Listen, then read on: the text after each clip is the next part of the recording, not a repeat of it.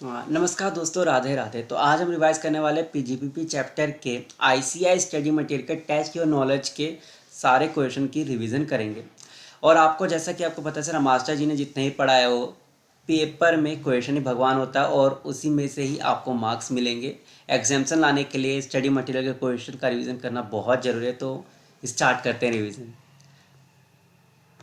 चलो, सबसे बेहतरीन क्वेश्चन की रिवीजन करते हैं। वो है 6 क्वेश्चन, मतलब ये एग्जाम में आया था। 14 मार्क्स का कंपलसरी क्वेश्चन। एंड बच्चों ने इतनी सिली मिस्टेक की, इतनी छोटी छोटी मिस्टेक किया कि अराउंड आपके 6 से 8 मार्क्स आप गवा बैठे। और कितने अलाउट हुए सर? सिंपल 6 मार्क्स, 8 मार्क्स, बस इतने ही मार्क्स अलाउट हुए। तो क्या गलती करते, चलो उसके बारे में डिस्कस करेंगे। क्या दे रखा है? The trading and P&L account दे रखा है पिंगू ट्रेडिंग लिमिटेड का। कब का दे रखा है सर? 31 मार्च 2024 का। ये डेट याद रखिएगा, क्यों आगे पता चलेगा। ये ट्रेडिंग अकाउंट है, ये P&L अकाउंट दे रखा है। अब क्या हुआ? देर वाज सर्वे कंडक्ट हुआ 133A का 31 मार्च 2024 का, in which it was revealed that the closing stock कब का दे रखा है? जरा डेट पढ़ेंगे। 31 मार्च 2023। सर हमें क्लोजिंग स्टॉक दे रखा है सर 31 मार्च 2023 का। हमें क्लोजिंग स्टॉक दे रखा है 31 मार्च 2023 का। मतलब क्या हुआ सर? ये 1 अप्रैल 2023 का क्या हुआ सर? ये हुआ opening stock. Sir opening stock survey में कितना पता चला है? ओपनिंग स्टॉक पता चला है सर 8,75,000 रुपये। एक्चुअल में हमारा कितना है सर? 3,75,000 रुपये। एक्चुअल में हमारा क्या है सर? ओपनिंग स्टॉक 3,75,000 रुपये हमने दिखा रखा है। लेकिन सर्वे में पता चला वो कितने का है sir?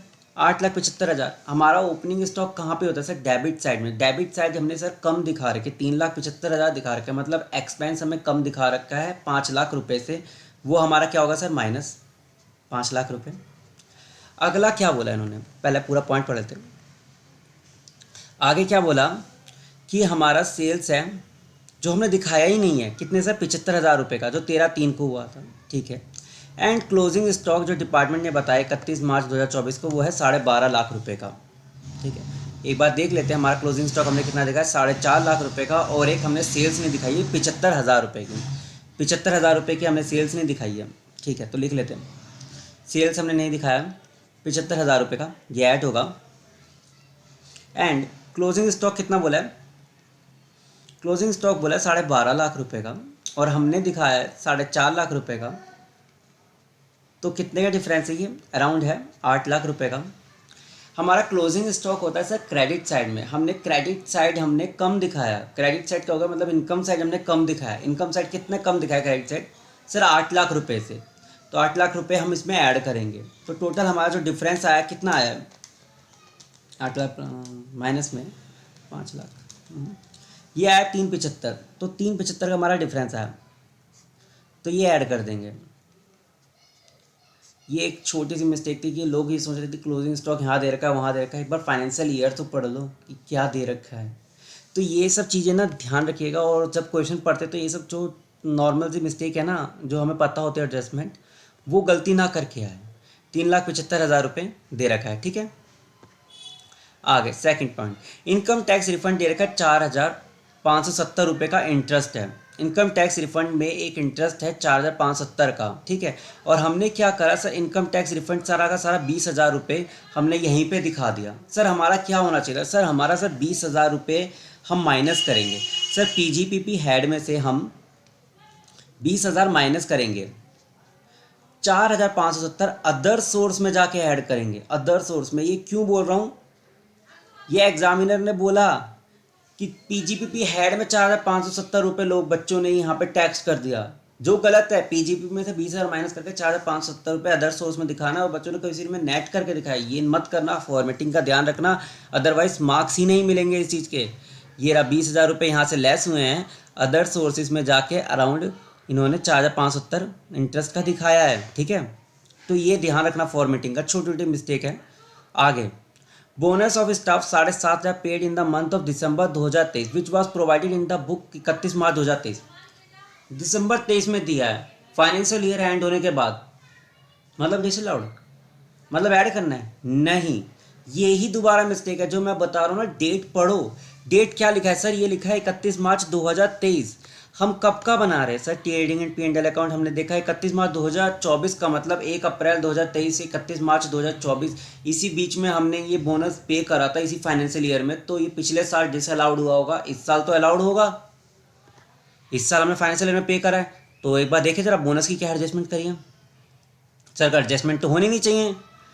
Payment payment payment made in trust, ठीक है, एडजस्टमेंट ही नहीं किया है।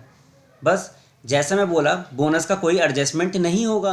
क्यों नहीं होगा? क्योंकि ये bonus for the previous year 22-23 में हमने ड्यू डेट रिटर्न फाइलिंग के बाद पे करा था, तो 22-23 में अलाउड नहीं हुआ। इसका मतलब ये नहीं है कि 23-24 में अलाउड नहीं होगा। तो no further adjustment required, no further adjustment required. अब बच्चों ने क्या करा, इसको ऐड बैक कर दिया। क्यों? क्योंकि उन्होंने क्लोजिंग डेट नहीं पढ़ा और उनको पता ही नहीं चला कि ये तो प्रीवियस ईयर फाइनेंशियल ईयर का बताया, प्रीसीडिंग फाइनेंशियल ईयर का। तो ये छोटी सी मिस्टेक और गलती करिए। रेंट ऑफ प्रेमिसेस, इसमें भी एक गलती करा, include 5,500 incurred on repair, the SSC was under no obligation. यहाँ पढ़ लिया अंडर नो ऑब्लिगेशन टू इनकर सच एग्रीमेंट। मेरे को एक चीज़ बताओ सर, आपने बिल्डिंग भाड़े पे ली अपने बिजनेस के लिए, आपका कोई ऑब्लिगेशन नहीं था कि सर कंप्यूटर लगाना, लेकिन आपको कंप्यूटर लगाना था क्योंकि आपको तो सर बिजनेस रन करना है ना, आपको अपना बिजनेस करना है, धंधा करना है। तो आपने कारपेट लगाया, आपने मिरर के डोर्स लगाया। आपने सीए फर्म देखा होगा, तो वो जब भी कोई सीए फर्म जो बिल्डिंग या रेंट पे भाड़े पे लेती है, तो अपना कांच का दरवाज़ा लगाया, टेबल लगाते, फर्नीचर लगाते हैं। क्यों लगाते हैं? अपने बिजनेस के लिए लगाते हैं, तो ये अलाउड होगा। रेंट में अगर आपके यहाँ पे कोई पेंट की दरारें आ रही थी, पेंट झड़ रहा था, आपने उसके लिए रिपेयर करा दिया, तो सर ये अलाउड होगा। और जनरल में होना भी चाहिए अलाउड, रिपेयर एंड मेंटेनेंस का। यही लिखा है, रिपेयर एंड रेंटेड में आपने लिया था, एप्लीकेशन नहीं था, लेकिन आपको ये सेम अलाउड होगा क्योंकि आपने इफ़िशिएंट बिजनेस के लिए लिया है, बिजनेस इफ़िशिएंट बनाने के लिए लिया है, इसलिए ये अलाउड होना चाहिए और जनरली होगा भी अलाउड। ठीक है। Advertisement expense include 2,500 paid for advertisement public political party. Simple sir, ये तो बहुत ईजी एडजस्टमेंट है। 2,500 सर आपको डिडक्शन मिलेंगे, यहाँ ऐड बैक कर लेंगे, बहुत आसान। अमाउंट कितने सर? 15,000 पे करें non fulfilment of delivery condition contact sale, ठीक है, अलाउड हो जाएगा। 1 लाख पे करे वाइफ को, जिसका सेम ऑप्शन था हाई कोर्ट के, इतना नॉर्मल चार्ज होता है 25,000, तो 75,000 में हम ज़्यादा पे करा है, तो 75,000 रुपये एड बैक कर लेंगे, डिसअलाउड होगा। 1 लाख रुपये इलेक्ट्रॉनिक ट्रस्ट के लिए पे करा है, क्या होगा? 80 GGB में डिडक्शन मिलेगा और ये सीधा आपका क्या हो जाएगा, यहाँ पे ऐड बैक हो जाएगा। 1 लाख का 80 GGB में डिडक्शन मिल जाएगा। यहाँ पड़े गुड्स एंड सर्विस टैक्स, ठीक है, 5,300 तो पेनल्टी का पे करा और 12,750 रुपये इंटरेस्ट का। जरा इसको समझिएगा, पेनल्टी में और इंटरेस्ट में डिफरेंस। जब जीएसटी नया नया आया तो डिपार्टमेंट को पता था कि लोग ना लेट फाइल कर सकते हैं, क्योंकि उनको पता नहीं है पेनल्टी कब लगता है। पेनल्टी लगता है सर आपने जब ब्रीच ऑफ लॉ कराओ। सर जब ब्रीच ऑफ लॉ हुआ है ना, जब आपने को पेनल्टी लगा है, लेकिन इंटरेस्ट कब लगता है? सर इंटरेस्ट जब लगाता है जब आपने लेट फाइल कराओ, लेट फाइल या लेट पेमेंट करा है, सॉरी लेट फाइलिंग में ब्रीच ऑफ लॉ हुआ तो उसमें पेनल्टी लगता है, ठीक है, जो कि डिसअलाउड होता है, जो कि क्या होता है? डिसअलाउड, जो कि डिसअलाउड होता है। लेकिन जब लेट पेमेंट करते हैं तो उसमें इंटरेस्ट लगता है, जो कि आपका अलाउड होता है। और ये डिपार्टमेंट को पता था, स्टार्टिंग में इंटरेस्ट लग रहा था क्योंकि लोगों से पे नहीं कर पा रहे थे। और ये बात इनकम टैक्स डिपार्टमेंट को भी पता चल गया, जीएसटी वालों को पता चल गया कि भाई कुछ ना कुछ लूप होल है हमारे साइड से ही, तो इंटरेस्ट को हमें अलाउ करना पड़ेगा इनकम टैक्स में। और वो उस समय से ही चला आ रहा है इंटरेस्ट, लेकिन पेनल्टी ब्रीच ऑफ लॉ था, जिसकी वजह से इसको डिसअलाउड करा हुआ है, ठीक है। तो ब्रीच ऑफ लॉ था 5,300 का, जो पेनल्टी है वो डिसअलाउड होगा। एड बैक 12,750 का हम कुछ नहीं करेंगे। कंपनी ने इन्वेस्टमेंट करे 25 लाख रुपए, सर किस लिए? Sir warehousing charge. Sir warehousing specified business, ये अगली मिस्टेक है। सर हमारा कोई स्पेसिफाइड बिजनेस है, स्पेसिफाइड बिजनेस, स्पेसिफाइड बिजनेस है जिसके हमने 25 लाख रुपए हमने करे हैं इन्वेस्टमेंट, तो 100% डिडक्शन मिलता है, तो इसकी इनकम भी आ रही होगी। इनकम क्या आ रही है? 15 लाख रुपए आ रही है। अब ध्यान से समझिएगा, इसकी इनकम कितनी है? स्पेसिफाइड बिजनेस की इनकम है 15 लाख रुपए, इन्वेस्टमेंट हमने कराया है 25 लाख रुपए, जिसका हमें 100% डिडक्शन मिलेगा, 100% डिडक्शन मिलेगा। लॉस आया 10 लाख रुपए। गलती ये नहीं थी, गलती ये थी कि ये जो 10 लाख रुपए ये स्पेसिफाइड बिजनेस से ही एडजस्ट होगा। हमने क्या करा, जो हमारा नॉर्मल बिजनेस चल रहा था ना उसमें एडजस्ट कर लिया। जो कि नहीं करना चाहिए था। हमारे आंसर्स में देखते हैं एक बार। ये रहा 10 लाख रुपए आपका स्पेसिफाइड बिजनेस का है, जो कि एडजस्ट नहीं होना चाहिए था नॉर्मल बिजनेस में इनकम में, जो आप एडजस्ट करके आ गए हैं। ठीक है, तो ये गलती मत कीजिए। ठीक है, छोटी छोटी मिस्टेक है। ठीक है, ये मत करना। ठीक है, और अगली गलती मैं बताऊंगा एक आगे। Depreciation as per income tax act ये अलाउड होगा, ऊपर जो दे रखा है 65,000 रुपये माइनस होगा। एंड ये वाला जो है एज पर कंपनीज एक्ट 71,500 ये एड बैक कर लेंगे। इंटरेस्ट ऑन लोन इंक्लूडेड है 80,000 paid to mister X a resident on which tax was not deducted, तो 30% हम कर लेंगे और वो डिसअलाउड कर देंगे, 30% ऐड कर लेंगे। Ignoring the provision of MAT and special provision 115BAA। अब क्या है सर, 14 मार्क्स का जब क्वेश्चन आता है ना, तो एक चीज़ आपको ध्यान रखना होगा। एक चीज़ बता रहा हूँ, ये आप ध्यान रखिएगा। एक आता है 14 मार्क्स का क्वेश्चन, ठीक है, 14 मार्क्स का कंपलसरी क्वेश्चन आता है। तो 14 मार्क्स का जो कंपलसरी क्वेश्चन आता है ना, तो उसके नोट्स होंगे ना, वो आप आंसर के नीचे लिखेंगे सेपरेटली 1 2 3 पॉइंट करके। लेकिन जो दूसरे क्वेश्चन आते हैं 6 और 8 मार्क्स के, इसमें आप ना क्वेश्चन की लेंथ देख लेना, जो आपने एडजस्टमेंट करी है ना, जो एडजस्टमेंट करी है, अगर आपको लग रहा है लेंथ ज़्यादा और टाइम कम पड़ रहा है तो यहीं पे लिख लेना। ठीक है, तो आपको पूरे मार्क्स मिलेंगे। लेकिन अगर आपने 14 मार्क्स से कंपलसरी क्वेश्चन में अगर आपने ये गलती करी कि नोट सेपरेटली नीचे बना के नहीं आए, तो आपके 1 से 2 मार्क्स कटे जा सकते हैं। मतलब अगर आपको नोट्स अगर सेपरेटली 14 मार्क्स के क्वेश्चन में बनाना कंपलसरी होता है, जबकि 6 से 8 मार्क्स या 9 मार्क्स के क्वेश्चन में आपको उसकी लेंथ देखनी होगी। अगर लेंथ ज़्यादा लग रही है तो आप अगर उसके अंदर भी अगर आप बना के आए अच्छे से, तो आपके मार्क्स नहीं कटेंगे। तो ये भी एक रीज़न था जिसकी वजह से मार्क्स कटे थे। टोटल मैंने आपके काउंट करा लिए, 6 से 8 मार्क्स कटे थे। तो ऐसी प्लीज़ गलती ना करें एंड प्लीज़ चैनल को सब्सक्राइब करें। अगले क्वेश्चन की वीडियो भी इसी के साथ एडजस्ट होगी। Thank you ji.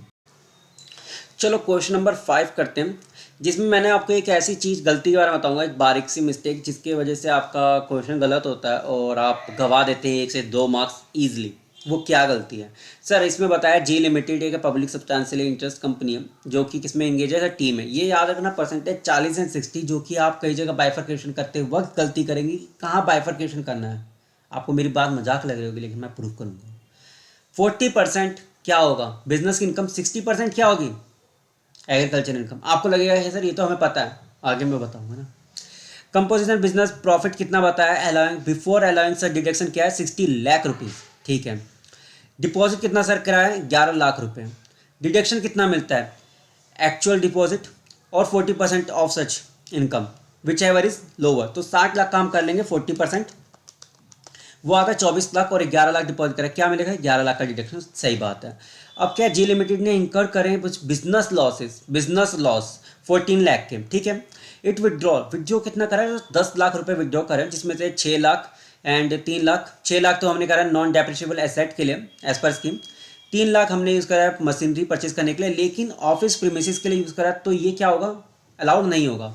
1 lakh sir जो हमने स्पेंड करा as per scheme, but after due वो आफ्टर फाइनेंशियल ईयर क्लोज होने के बाद कब करा था, 5/4/2024 को, तो सर ये अलाउड नहीं होगा। You are required to determine business income and tax consequences for assessment year 2024-25। 1 minute, हाँ आ जाते हैं। सिंपली था सर 10 लाख हमने विड्रॉ करे, ठीक है, 6 लाख तो हमने सही यूज़ करें, लेकिन बचे हुए जो 4 लाख थे ना उसमें गड़बड़ करती। 3 लाख तो हमने यूज़ करें क्या, ऑफिस प्रीमिसेस के मशीनरी यूज़ करने के लिए, तो क्या होगा सर, ये अलाउड नहीं होगा, तो ये टैक्स होगा। ठीक है, और उसके बाद हमने 1 लाख का यूज़ करा है हमने after end of financial year, तो ये हमारा अलाउड नहीं होगा। तो टोटल कितना होगा सर, 4 लाख रुपीज़। अब 4 लाख का भी सर हमें क्या करना होगा, 40-60%, 40% एंड 60%, जो कि नहीं दिखाते हैं और इसके भी मार्क्स होते हैं। यहाँ पे होता है 2.4 लाख एग्रीकल्चर इनकम एंड 40% होता है 1.6 लाख, जो होता है आपका बिजनेस इनकम, बिजनेस इनकम। ठीक है, जो कि आपको दिखाना होगा, ये नहीं दिखाते तो ये गड़बड़ होती है। हम लोग क्या करते हैं, यहीं पे क्वेश्चन छोड़ के आ जाते हैं कि इतना डिसअलाउड होगा, ये नहीं मिलेगा और ये टैक्स होगा, लेकिन किस रेशो में टैक्स होगा ये भी आपको दिखाना है। और कहानी यहाँ पे ख़त्म नहीं होती गलतियों की, गलतियों का सिलसिला तो इसके बाद शुरू होता है। मतलब पहले तो ये देख लो, गलतियों का सिलसिला यहाँ से शुरू होता है। ये तो हो गया 10 लाख हमने विड्रॉ करा है, 6 लाख रुपए नॉट टैक्स है, 3 लाख रुपए टैक्स होगा, 1 लाख रुपए ही हो गया। ठीक है, अब इसके बाद जो मैं बता रहा था, 60 लाख रुपए हमारी बिजनेस इनकम है। ठीक है, यहाँ पे आ जाओ दोबारा शीट पे, 60 लाख रुपए हमारे क्या है सर, बिजनेस इनकम है, यहाँ लिख देते हैं 60 लाख। ठीक है, अब जो अमाउंट डिपॉजिट किया सर, 11 लाख रुपए डिपॉजिट करें और 40% ये तो हो गया डिपॉजिट, डिपॉजिट। ठीक है, हमने 40% करते हैं, जिसका हमें डिपॉजिट है 60 लाख का 40% हम करते हैं तो कितना आएगा, 24 लाख, तो 24 lakh. Which ever is lower क्या होता है, 11 लाख।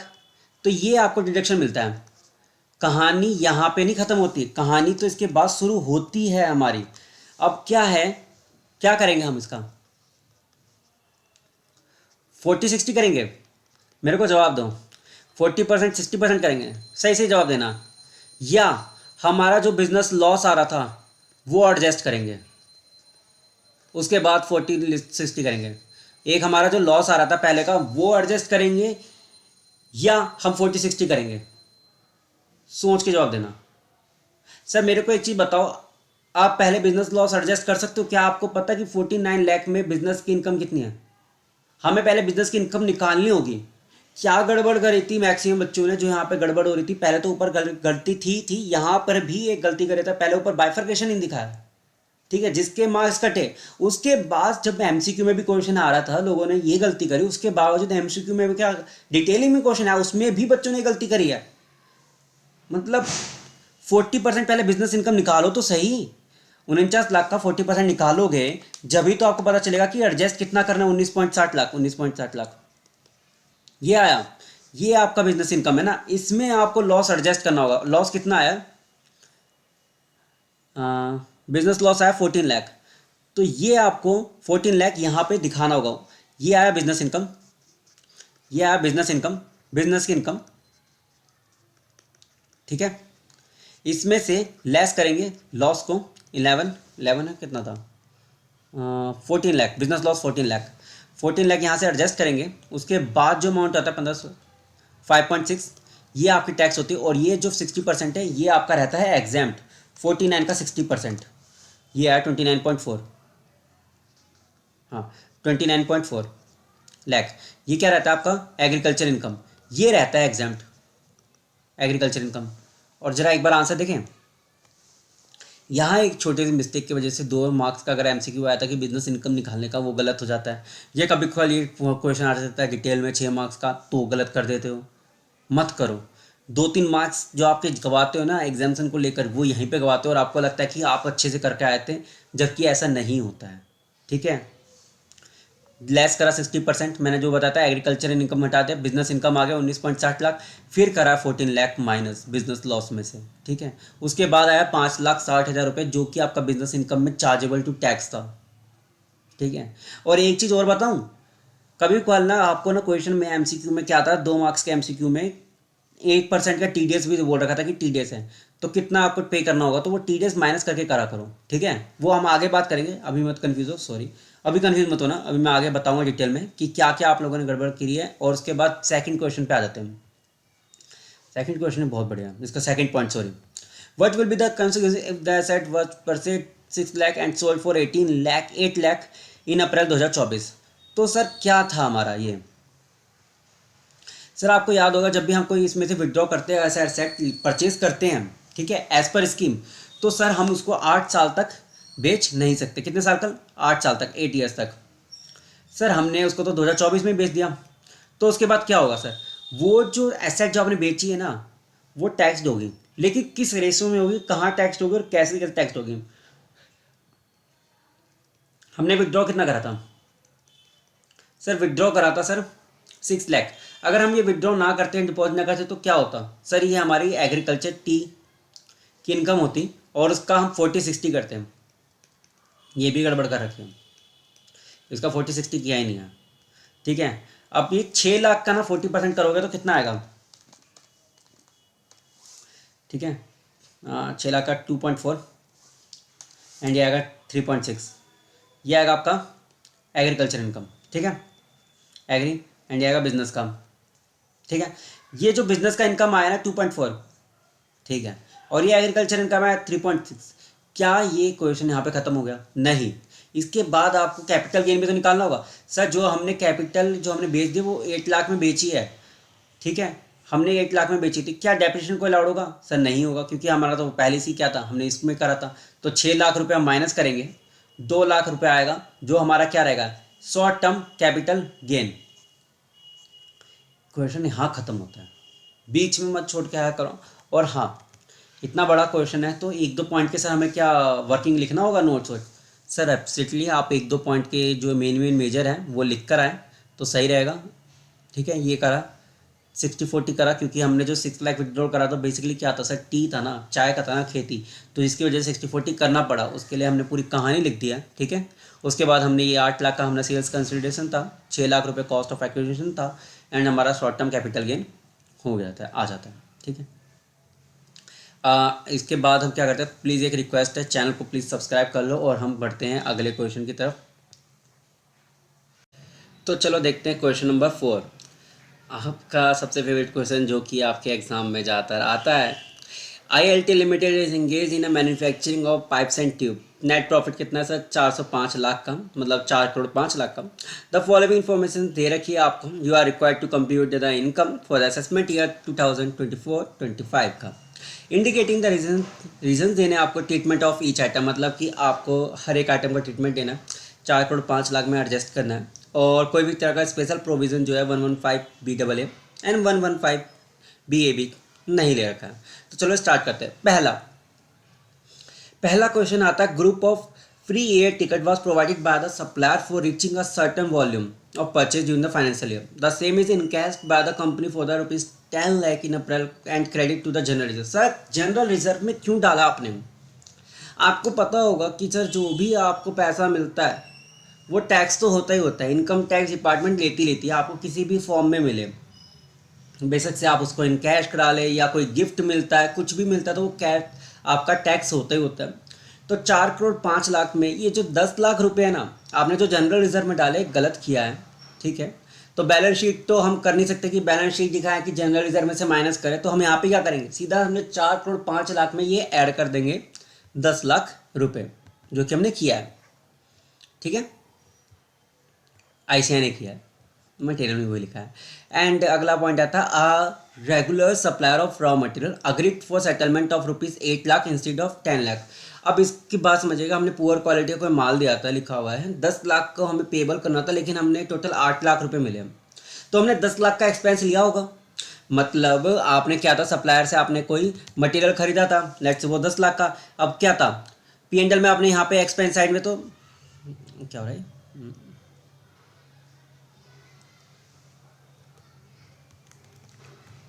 ठीक है, यहाँ पे P&L में आपने एक्सपेंस साइड में यहाँ पे दिखा दिया होगा 10 लाख, एंड यहाँ बैलेंस शीट में आपने क्या दिखा होगा, क्रेडिटर पेबल, क्रेडिटर दिखा दोगे 10 लाख का, लेकिन अब वो क्रेडिटर क्या है, किसी 8 लाख में सेटल्ड हो रहा है, तो 2 लाख का क्या हुआ सर, आपको बेनिफिट हुआ, तो 2 लाख का जो बेनिफिट हुआ है वो अब आपका टैक्स होगा, ये टैक्स होगा और इनकम दिखाना होगा। अब ये इनकम स्टेटमेंट में यहाँ पे क्रेडिट साइड आएगा, क्योंकि ये 10 लाख एक्सपेंस ना होकर 8 लाख होना था, तो जिसके कारण ये 2 लाख रुपए होंगे ऐड। देखिए जरा रीजनिंग क्या दी है, Absolutely amount waived by the supplier for raw material is a deemed income under section 41 subsection 1 में deemed income आपकी रहेगी। अगला पॉइंट देखते हैं, आंध्रा बैंक ने कोई लोन सेक्शन किया था 50 लाख का, इंटरेस्ट पेबल था 8 लाख का एरियर था, जिसमें से अब उन्होंने क्या करा कि हम उनको कन्वर्ट कर लेते हैं, जो कि 10 इक्वल इंस्टॉलमेंट में आपको पे करना होगा, 2 इंस्टॉलमेंट आप पे कर दिया है। ठीक है, अब इसका ट्रीटमेंट क्या होगा सर, बहुत ईजी सर, क्या होगा बहुत इजी सर, 10 लाख पेबल था, कितना था सर, नहीं 10 लाख नहीं था, सॉरी कितना था ये, 8 लाख पेबल था, 8 लाख पेबल था। हमने क्या करा सर, इसको कन्वर्ट करके बोला 10 इंस्टॉलमेंट में आप पे कर सकते हैं, हमने बोला ठीक है, लेकिन हमें एक्सपेंस कब अलाउड होता है इंटरेस्ट का, जब हम बैंक में होता है एक्चुअल पेमेंट पे, एक्चुअल जो आपने पेड किया हो, तो एक्चुअल पेड कितना हुआ है सर, 2 ही इंस्टॉलमेंट आपने पे करा है, 2 इंस्टॉलमेंट पे करा है, मतलब क्या हुआ 0.8 इंटू में 2, तो ये हो जाता है 1.6 लाख आपने पे करा, तो अलाउड कितना होगा सर, 1.6 लाख अलाउड होगा, एंड डिस अलाउड कितना होगा सर, 8 लाख। अब इसने ये बोला है कि सर आपको ये फॉलोइंग एडजस्टमेंट दिखा दी, मतलब क्या हुआ सर, 8 लाख तो हमने कभी लिया ही नहीं था, तो सीधा क्या है, यहाँ इंटरेस्ट पेबल यहाँ से माइनस होगा कितना सर, 1.6 लाख। ऐड क्यों नहीं किया, द बिगेस्ट क्वेश्चन आता है कि सर ये ऐड क्यों नहीं होता है, जो बच्चे ज़्यादातर डाउट होता है और जो पूछते हैं, प्लीज़ ध्यान दीजिएगा, 1.6 लाख हमने माइनस तो किया है, लेकिन 8 लाख ऐड क्यों नहीं हुआ सर, ऊपर आप पढ़ोगे ना, ऊपर आप पढ़ोगे तो 4.5 लाख 4.5 करोड़ का आपको जो प्रॉफिट दिखा है, मतलब 405 लाख रुपए बोला है, उसमें एक नीचे लिखा हुआ है कि आपको कंप्यूट करना है इनकम टैक्स, और ये बताने की सर इसकी नीचे एडजस्टमेंट करने के बाद, मतलब कि ये एडजस्टमेंट हमने किया ही नहीं है, ये एडजस्टमेंट हमने किया ही नहीं है, मतलब कि सिंपल ये हुआ कि 8 लाख जो एरियर था उसका हमने एडजस्टमेंट किया ही नहीं था, हमने एक्सपेंस लिया ही नहीं था। जब एक्सपेंस लिया ही नहीं तो वो ऐड भी नहीं होगा, लेकिन 2 लाख का एक्सपेंस लेना चाहिए था, जिसकी वजह से वो माइनस हुआ है। Getting point my note out, ये ध्यान रखिएगा, पेपर में ये छोटी सी मिस्टेक करने की वजह से आपका आंसर पूरा गलत होता है। अगले क्वेश्चन पे चलते हैं, अगले पॉइंट पे चलते हैं, sorry. The company remitted ₹5 lakh as a interest to a company incorporated on a USA, ठीक है। लोन टेकन फॉर $2 साल के लिए लिया था, टैक्स डिडक्ट करा है अंडर सेक्शन 195। सर सही करा है, deposit by the company 15 July, the said interest was debited to the P&L।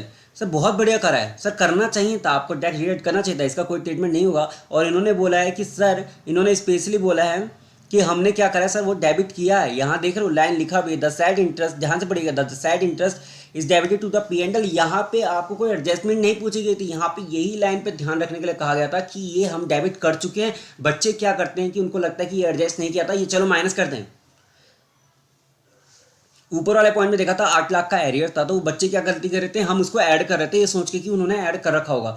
नीचे बच्चे क्या गलती कर रहे हैं कि उसमें ये लाइन पढ़ते ही नहीं है कि ये हमने डेबिट ऑलरेडी कर रखा है। अगर जब ऑलरेडी डेबिट कर रखा है, आपने सही कर रखा है, ये लाइन स्पेशली बोला गया है, तो हम इसका कोई एडजस्टमेंट नहीं करेंगे, ध्यान रखना। आगे आते हैं, द संदीप है सेल्स एग्जीक्यूटिव जो है था, और ये कहे गए थे बेंगलोर में टेम्परेरी, 31 मई से 18 जून, 15 दिन से ज़्यादा है, 28 सितंबर से 15 अक्टूबर, 15 दिन से ज़्यादा है। The company has paid Sandeep salary in cash, cash में पे करा है तो डिसअलाउड होता है, लेकिन किस महीने का पे करा, मंथ ऑफ मई का पे करा है, क्या उस समय वो बाहर था? हाँ सर बाहर था, 1 जून को पे होता है, 1 जून को ये बाहर था। सितंबर की सैलरी पे करी 1 अक्टूबर को, क्या ये बाहर था? हाँ सर 15 अक्टूबर तक बाहर था। उस समय net of TDS, Sandeep has no bank account. Sir आपको 3 चीज़ें लिखनी होगी सर, ये तो पहले 15 दिन से ज़्यादा था, वहाँ पे कोई बैंक अकाउंट नहीं था उसके पास, और वो टेम्प्रेरी स्टे था, तो ये आपको अलाउड होता है। The company has contributed bye 50,000 रुपये इलेक्ट्रल ट्रस्ट जनरल एक्सपेंस में दिखा रखा है। सर सिंपली ये सर एड बैक होगा, इसका अलाउ मिलता है सर, आपको डिडक्शन मिल जाएगा, ठीक है। और जो संदीप की सैलरी थी वो एलिजिबल है फॉर डिडक्शन, डेल अलाउंस नहीं होगा, ठीक है। Salary paid will not be allowed, disallowed नहीं होता है। This were included in P&L, यहाँ पे इन्होंने नाम लिख रखा है, ठीक है, ध्यान से पढ़ना। This were included in the amount of salary debited to the P&L, ठीक है, P&L में डेबिट कर रखा है इन्होंने, तो यहाँ पर कोई एडजस्टमेंट नहीं होगी, सैलरी पेड की कोई भी एडजस्टमेंट नहीं होगी, ठीक है। और जो कंट्रीब्यूशन है यहाँ पे ऐड बैक कर देंगे, फिर बाद में डिडक्शन ले लेंगे, ठीक है, ATGG का ये हो गया। और ये जो है सैलरी का जो 15 दिन का ये पॉइंट जो मैं बता रहा हूँ, ये ले लेना, वहाँ पे कोई does not maintain any bank account है, ठीक है, वो ले लेंगे। और कोई भी कैश का जो मिलता है आपको डिसअलाउंस नहीं अट्रैक्ट होगा, ठीक है। ये 2-3 पॉइंटें जो है छोटी छोटी सिली मिस्टेक है, वो ध्यान में रखना। और सेकंड इंपॉर्टेंट चीज़ जो आपको ध्यान में रखना, प्लीज़ चैनल को सब्सक्राइब कर लो यार, कोई नहीं कर रहा है, आप भी प्लीज़ कर लो प्लीज़, थैंक यू। अगले क्वेश्चन पर पढ़ते हैं, थैंक यू क्या। अब देखते हैं क्वेश्चन नंबर 3, जो कि बहुत ज़्यादा इंपॉर्टेंट जो होता है MCQ पॉइंट ऑफ व्यू से, और एक बड़े क्वेश्चन में भी एक छोटे छोटे पॉइंट आते हैं। क्या क्या पॉइंट है, ज़रा पहला पॉइंट देखते हैं, सीक्रेट कमीशन के बारे में। ये क्वेश्चन क्या है कि एग्जामिन करना है कि ये अलाउड है या डिसअलाउड है। आपने कोई सीक्रेट कमीशन पे करा है प्रीवियस ईयर में, ये सर अलाउड होगा कि नहीं होगा, इसके बारे में डिटेल में बात करते हैं कि होता क्या है बेसिकली। क्या होता है, कभी को अनलॉक कोई कंपनियां क्या करती है, जैसे अपने बिजनेस ग्रोथ के लिए ना कुछ ना कमीशन देती है, सीक्रेट कमीशन नाम रखा हुआ है, कोई कमीशन बेसिकली दे रखा है। अब कौन से कमीशन अलाउड होते हैं, जो कि लीगल हो, ठीक है। अब एक्ट ने क्या बताया लॉ ने, कि जो इलीगल एक्सपेंस है ना, एक्सपेंडिचर है, जो भी आपने पे करा है बाय वट एवर नेम, वो डिसअलाउड होंगे। आपने कोई बिजनेस ऑब्टेंड करने के लिए किसी को आपने सीक्रेट कमीशन दे दिया, किसी उसी पर्सन स्टाफ को किसी को दे दिया, ये बात डिफाइन नहीं करा, बस सीक्रेट कमीशन नाम रख दिया कि ये सर हम डिस्क्लोज नहीं कर सकते। जब आप डिस्क्लोज नहीं कर सकते तो इसका मतलब है सर ये इलीगल हो सकते हैं एक्सपेंस, जिसके वजह से डिसअलाउड होते हैं, ठीक है। तो सीक्रेट कमीशन वर्ड जैसे ही आता है आपके पेपर में MCQ मार्क्स में आता है, 2 मार्क्स का आ सकता है किसी केस स्टडी में बन के, या आपके कोई जो 14 मार्क्स का कंपलसरी क्वेश्चन आता है उसमें भी ये पॉइंट आ सकता है कि सीक्रेट कमीशन दिया है तो क्या होगा सर, ये डिसअलाउड होगा। ठीक है, यही बात इसमें भी लिखा हुआ है कि सीक्रेट कमीशन के बारे में, is one of the form of commission payment generally made by the organisation. Secret commission is a payment obtained a business order, जो कि बिजनेस ऑर्डर या कॉन्ट्रैक्ट लेने के लिए किया जाता है और ये डिसअलाउड होता है, can not be allowed as a deductions. ठीक है, ये लिख कर आ जाना, आपके 2 मार्क्स कन्फर्म है और 14 मार्क्स में भी कभी कभार आ जाता है 1-2 आता है। सेकंड पॉइंट पे देखते हैं, पी लिमिटेड पेड है ना डॉलर्स इक्विवेलेंट टू ₹50 लाख, बहुत ज़्यादा इंपॉर्टेंट पॉइंट, मतलब इसका ना आपको जनरली इंटरनेशनल टैक्सेशन में भी देखने को मिल जाता है, कभी कल क्वेश्चन एमसीक्यू में भी आ सकता है, 14 मार्क्स से कंपलसरी क्वेश्चन में भी ये 2 पॉइंट आते हैं कि आपने किसी को ना XYZ था, किसी को भी ना 50 लैक्स आपने एज अ सेल्स कमीशन दिया है। ठीक है, कब दिया था, एंडिंग 31 मार्च 2024 के एंड का कमीशन बन रहा होगा 1 साल का, वो दिया है without deducting the tax at source, मतलब TDS कटा नहीं है, to mister Rodriguez, a citizen of UK and a non-resident who acted as a agent of booking from various customer who are outside India।